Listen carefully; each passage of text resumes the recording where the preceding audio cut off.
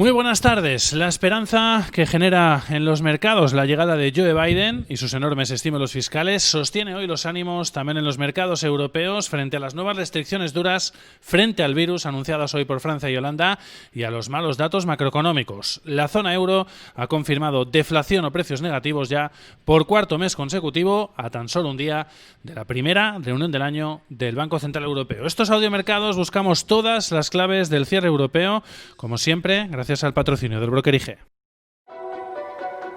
Si mantienes la cabeza en su sitio, cuando a tu alrededor todos la pierden, si sigues creyendo en ti mismo cuando los demás dudan, ¿qué oportunidades ves? Si te encuentras con el triunfo y el fracaso y consigues tratar a esos dos impostores por igual,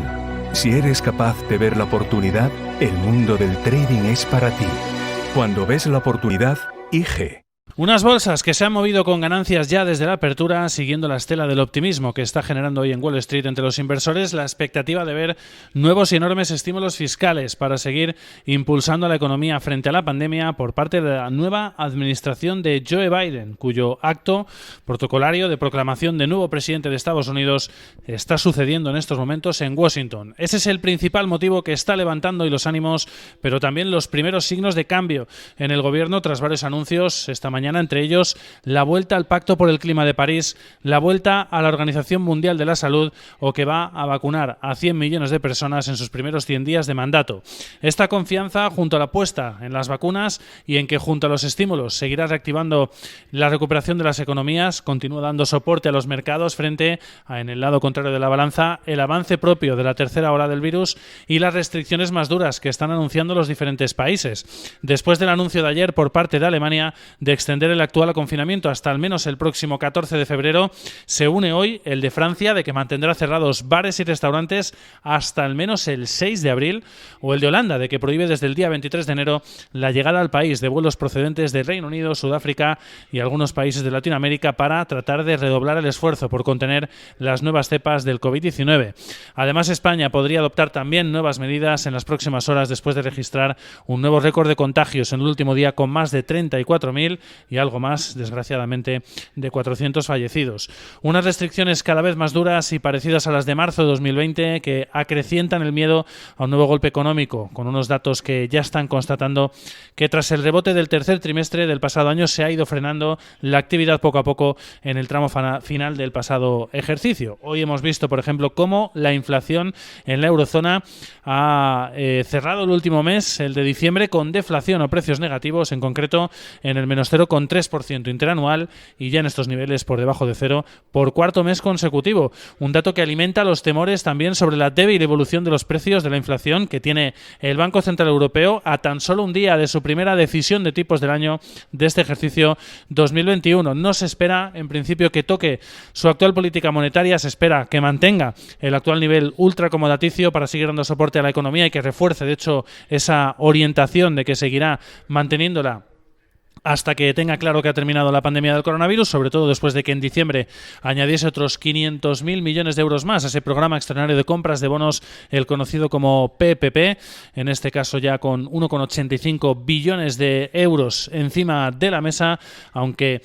fuentes que cita hoy la agencia Bloomberg del propio organismo han avanzado que la institución ya se está marcando objetivos muy concretos sobre las primas de riesgo, sobre los diferenciales entre los rendimientos de los países con niveles más elevados y los países con menores niveles. Las primas de riesgos de los países, en este caso con mayor debilidad o en este caso pues fragilidad en su situación económica y que se refleja en las primas de riesgo, como hemos visto recientemente en países como Italia o como España. Añaden estas fuentes del organismo que estaría fijándose niveles muy concretos y adecuados, que consideraría adecuados para esas primas de riesgos en las compras de bonos que está realizando el organismo. Como decíamos, esas primas de riesgo que reflejan, entre otras cosas, muchas veces las situaciones de inestabilidad política que hemos visto precisamente en los últimos días, en la última semana en Italia, pero que parece haber solventado, al menos de momento, el primer ministro Conte, que ayer Por la noche ganaba la votación, la segunda de moción de confianza, en este caso en el Senado.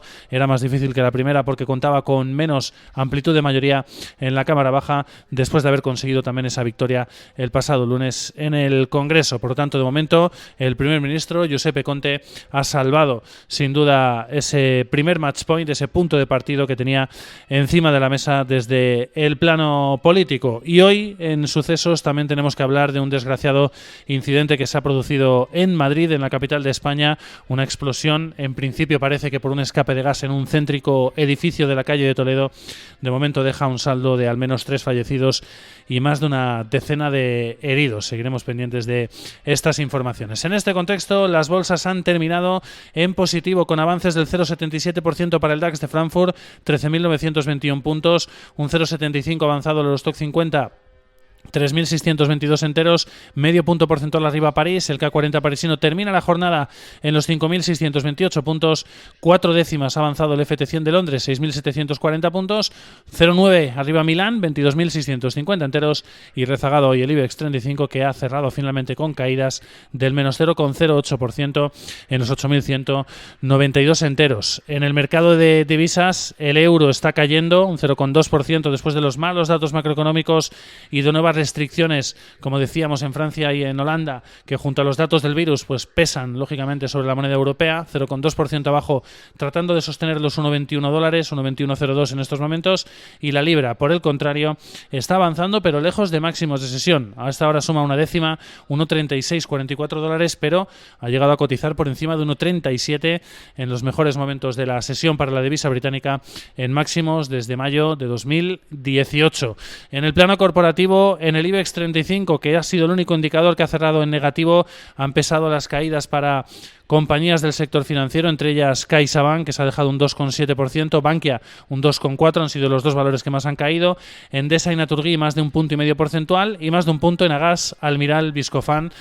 Red Eléctrica y Siemens Gamesa. En el lado contrario, Merlin Properties, 2,8% arriba. La petrolera Repsol se ha notado 2,5 puntos porcentuales, y avances cercanos a los 2 puntos para CIE Automotive y también para Inmobiliaria Colonial. En el resto de mercados europeos pues han destacado los avances para Adyen, de 5 puntos porcentuales, Daimler un 4% arriba, más de 3 puntos Nokia, BMW, Louis Vuitton, Volkswagen y también ASML Holding, en este último caso después de resultados trimestrales por encima de las expectativas. En el lado contrario, hemos visto caídas para Danone del 1,6%, en medio de informaciones apuntando a que estaría sufriendo importantes problemas financieros como consecuencia de la pandemia. Hoy ha dicho precisamente Bruno Le Maire que van a estudiar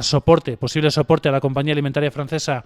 en los próximos días. Vinci se ha dejado un 1,4% y caídas también de más de 1 punto para Ahold, Pernod Ricard, L'Oréal o también Sanofi. Bolsas europeas que, como decíamos, cierran en positivo. De hecho, el IBEX ha cerrado finalmente en positivo en las operaciones extendidas. Finalmente, más 0,06% el selectivo español, que sostiene, ojo, los 8.200 puntos. 8.204 al cierre de la jornada. Como decíamos, en positivo las bolsas europeas. Grandes expectativas las que genera la llegada de Joe Biden a la administración norteamericana, y que hoy, de momento al menos, permiten dejar de lado ese avance de la pandemia del coronavirus en los principales países y esas nuevas restricciones más duras que siguen acrecentando el temor a ver un nuevo golpe sobre las economías.